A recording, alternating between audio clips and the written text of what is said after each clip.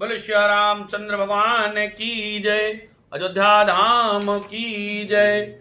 मित्रों, पिछली कथा में लक्ष्मण जी को श्री सीता जी ने भगवान की रक्षा के लिए भेजा कि जाइए, और रघुराई अभी परेशानी में है। तो वो चले गए और एक रेखा खींच के चले गए और बोल के गए कि माता जी आप इस रेखा के बाहर न निकलना। उनके जाने के बाद सीता जी कुटिया में बैठी थी। उसी समय एक आवाज आई तो माता जी ने अपने दिमाग में सोचा कि लगता है कि कोई भिखारी आया हुआ है। रावण उसी समय भिखारी के रूप में वहां पहुंच गया और उसने आवाज लगाई, भिक्षाम देहि, भिक्षाम देहि, भिक्षाम देहि। सीता की आंखों ने देखा बूढ़ा सा जोगी आता है, बूढ़ा सा जोगी।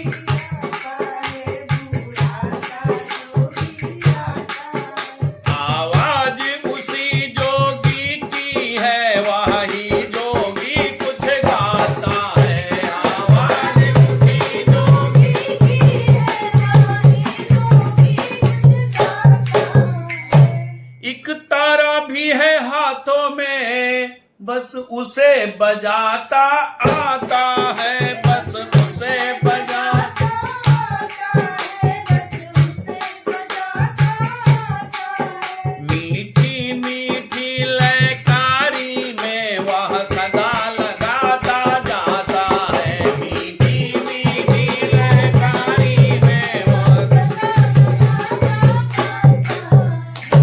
इसी तरह गाता हुआ चारों ओर निहार सीता से कहने लगा, दोनों हाथ पसार।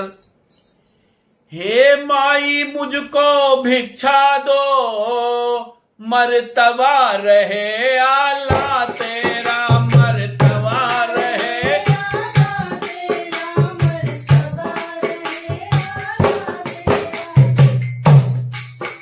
हे माई मुझको भिक्षा दो, मर्तबा रहे आला तेरा।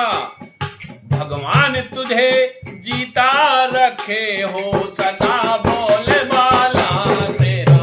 भगवान तुझे जीता रखे हो सदा, तेरा। उसने रावण ने कहा कि हे मां, तू दूधो नहा तू पूतो फल, तू दिन पर दिन बड़ भागिनी हो, तू दिन पर दिन बड़ भागिनी हो, तू दिन पर दिन बड़ भागिनी हो। भूखे को थोड़ा भोजन दे दे भी तू अटल सुहागिन हो, भूखे को थोड़ा भोजन दे दे भी तू अटल सुहागिन हो। मांग रहा है द्वार पर भिक्षा अतिथि अनाथ, गृह लक्ष्मी लौटार दे कैसे खाली हाथ। अरे मध्य काल के भोजन को कुछ फल कुटिया में रखे थे, कुछ फल कुटिया में रखे थे, कुछ फल कुटिया में रखे थे। लेकिन इस मृग के झंझट में अब तक न किसी ने चाखे थे, लेकिन इस मृग के अब तक न किसी ने चाखे थे। अपने खाने का सोच नहीं, यदि है तो सोच भिखारी का। अच्छा हो चाहे बुरा किंतु मुश्किल है धर्म गृहस्थी का।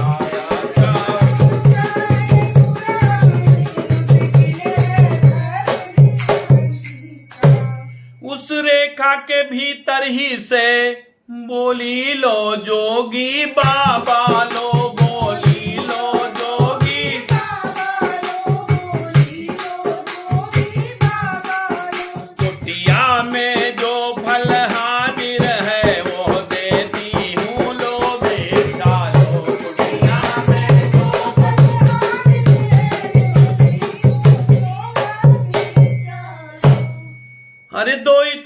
आशीर्वाद हमें। माता जी उससे रावण से कह रही हैं, अब उनको क्या पता कि ये मायावी साधु है। दो इतना आशीर्वाद हमें, उद्देश्य हमारा नष्ट न हो, उद्देश्य हमारा।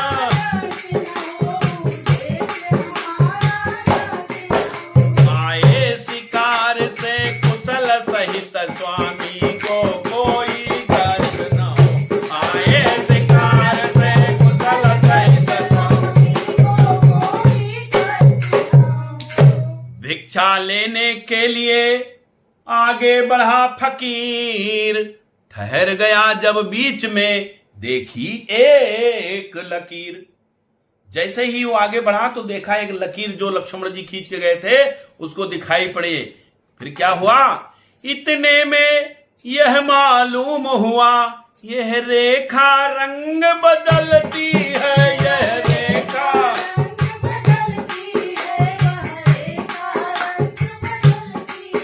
जब आगे पांव बढ़ाया तो देखा ज्वाला सी जलती है, जब आगे पांव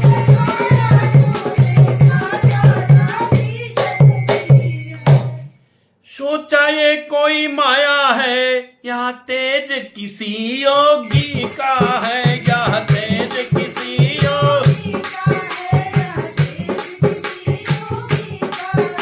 अथवा सीता है महाशक्ति सतैसी महान सती का है, अथवा सीता।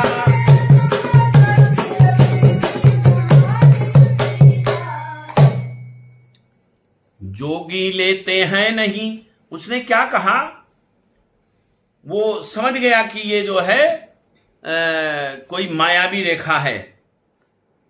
फिर उसने क्या कहा, यह सोच समझकर हटकर बोला रेखा से बाहर आ माई, रेखा से बाहर आ माई, रेखा से बाहर आ माई। जोगी लेते हैं नहीं कभी इस तरह बनी भिक्षा माई।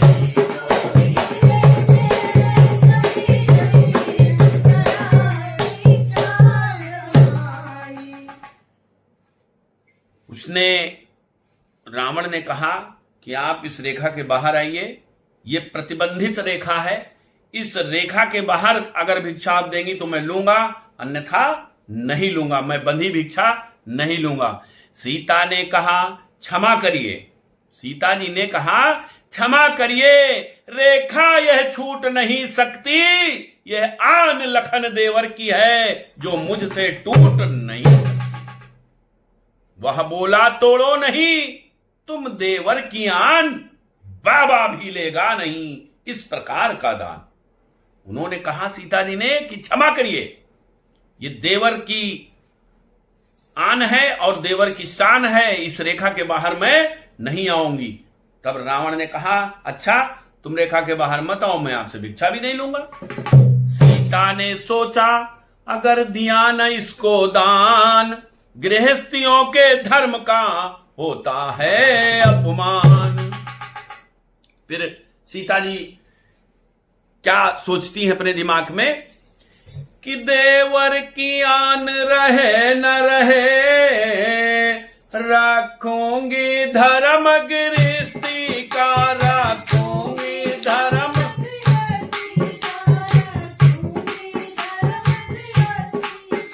अब मैं रेखा का ध्यान छोड़ करती हूँ कर्म गृहस्थी का, अब मैं रेखा का ध्यान छोड़।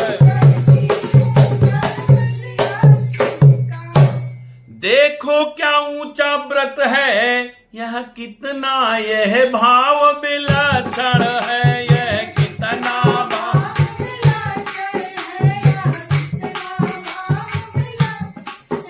इस सियाहरण की लीला में आते दान ही कारण है।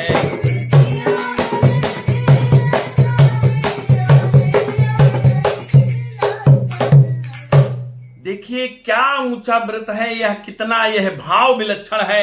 मतलब कैसी बात हो रही है कि इस सीता हरण की लीला में आतिथ्य दान ही कारण है।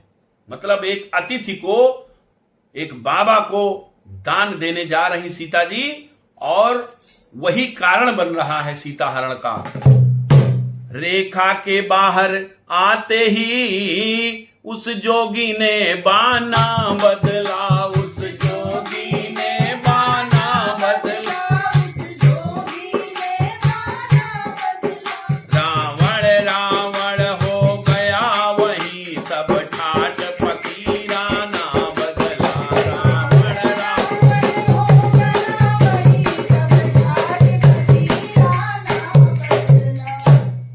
जैसे ही रेखा के बातर मां आती हैं और वो अपने जोगी शरीर को हटा देता है और असली रावण बन जाता है। रावण रावण हो गया और अपना जो फकीरी अंदाज था वो राजा के अंदाज में आ गया और बोला, सीता हो सावधान।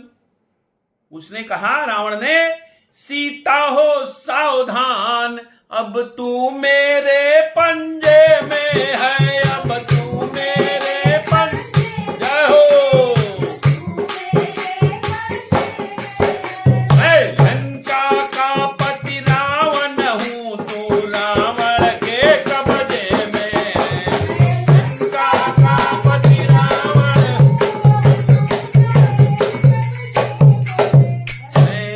सुनकर तत्काल ही सिया हुई बेहाल, लेकिन संभली उसी क्षण बोली हो करनाल। बेहाल तो हो गई सीता जी, परंतु संभली, छत्राणी थी वो, संभली और क्या बोली उससे, ओ दुष्ट खड़ा रह खबरदार, स्वामी अब आने वाले हैं, स्वामी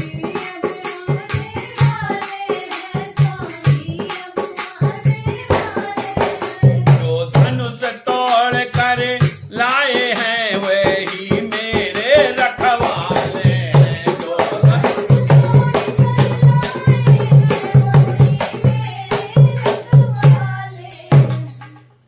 अब तक मैं उस रेखा में थी, अब मैं सत की रेखा में हूँ, अब मैं सत की रेखा में हूँ, अब लाऊं पर इतना बल है, पतिव्रत की रेखा ही में हूँ, अब लाऊं।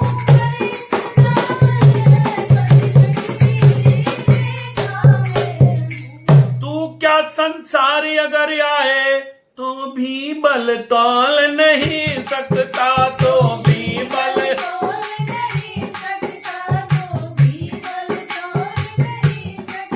सतवंती के सत के आगे ब्रह्मा भी बोल नहीं सकता, सतवंती के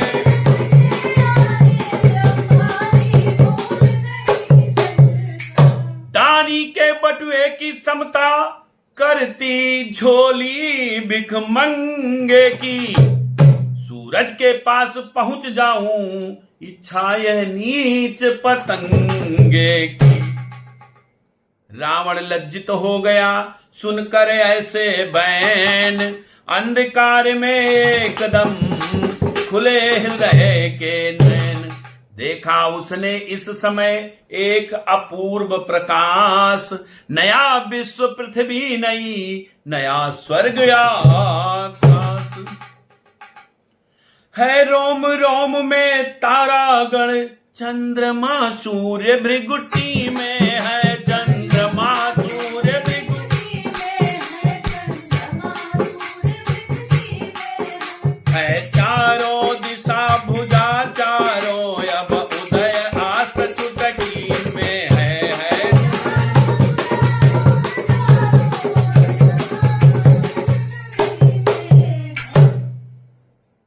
अब जिधर देखता है रावण वह मूर्ति उधर ही रहती है, मानो रावण के कानों में वह मूर्ति भी यही कहती है।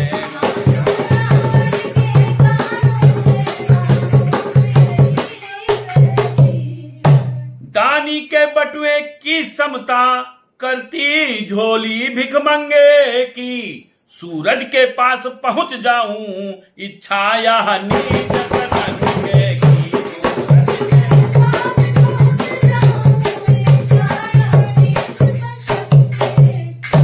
अब रावण के हृदय को हुआ पूर्ण विश्वास, मन ही मन में सिया को उसने किया प्रणाम। रावण के हृदय में विश्वास हो गया कि ये कोई बहुत बड़ी शक्ति है, देवी हैं, और इसीलिए उसने मन ही मन माता सीता को प्रणाम किया। फिर क्या हुआ? इसके उपरांत हुआ वही जो होनहार दिखलाता था, जो होनहार।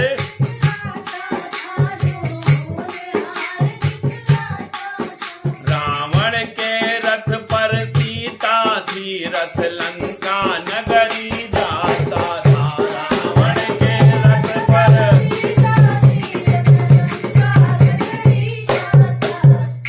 रथ जो जो आगे बढ़ता था, त्यों त्यों सीता चिल्लाती